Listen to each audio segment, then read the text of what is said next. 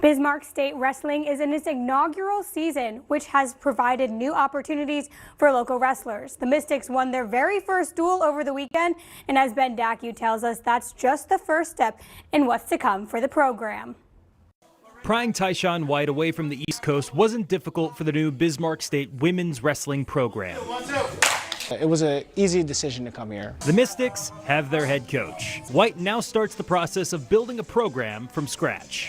And that all starts with his wrestlers. They're like daughters to me. I have a little sister back home, and that's how I would want her to go to college and her coach be another person she could look up to. The new program creates a new opportunity for the local wrestlers. I thought it'd probably be best to come home. I'm kind of homegrown, so coming back to Bismarck feels kind of like a nice little touch. Ray Ogden spent the last 2 years wrestling at Sioux Falls, but the chance to wrestle in her home city was too good to pass up. A lot of girls don't really want to go very far, so having the opportunity right in the middle of the state was kind of a blessing, actually. We heard whispers that BSC was going to start one, but it wasn't going to be for a while.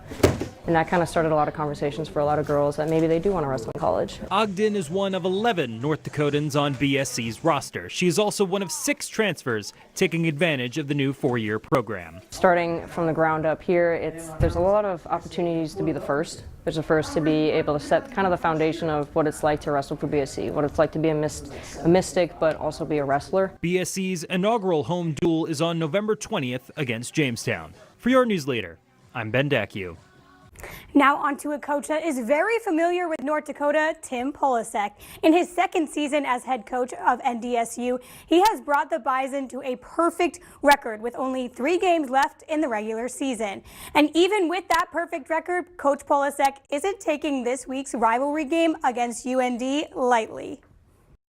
We need to go out there and make sure that we play a really physical game. That's a physical, tough football team that's going to pursue the ball really well. They will be ready. I think sometimes we overlook the fact, there's people that circle our game and they begin the process of working on us in February. Okay, guys? And so we got to rise to whatever challenge that they're going to present, adjust. But the most important thing is our kids have fun and they play with their hair on fire together because this game matters to the region. Now, the last time the Bison took the trip to Grand Forks, UND handed them the loss, and head coach Eric Schmidt hopes history repeats. In his first season at the helm for UND, the Mandan native hopes to get the team back on track after a loss at South Dakota. The Dakota games always mean more, and obviously, just with geographically being close together, a lot of the players, maybe not as much as before, but still a lot of the players grew up playing against each other. They know about each other. I mean, ultimately, you win this one and lose the next one, like it counts the same on your schedule, right? But, we know that there's a lot that goes into this, a lot of pride in the state, fan base wise, that mean a lot to a lot of people. And yeah, you want to play well. This is a game that you want to win every single year. If the Bison win this weekend, they will clinch the #1 seed in the Missouri Valley Football Conference.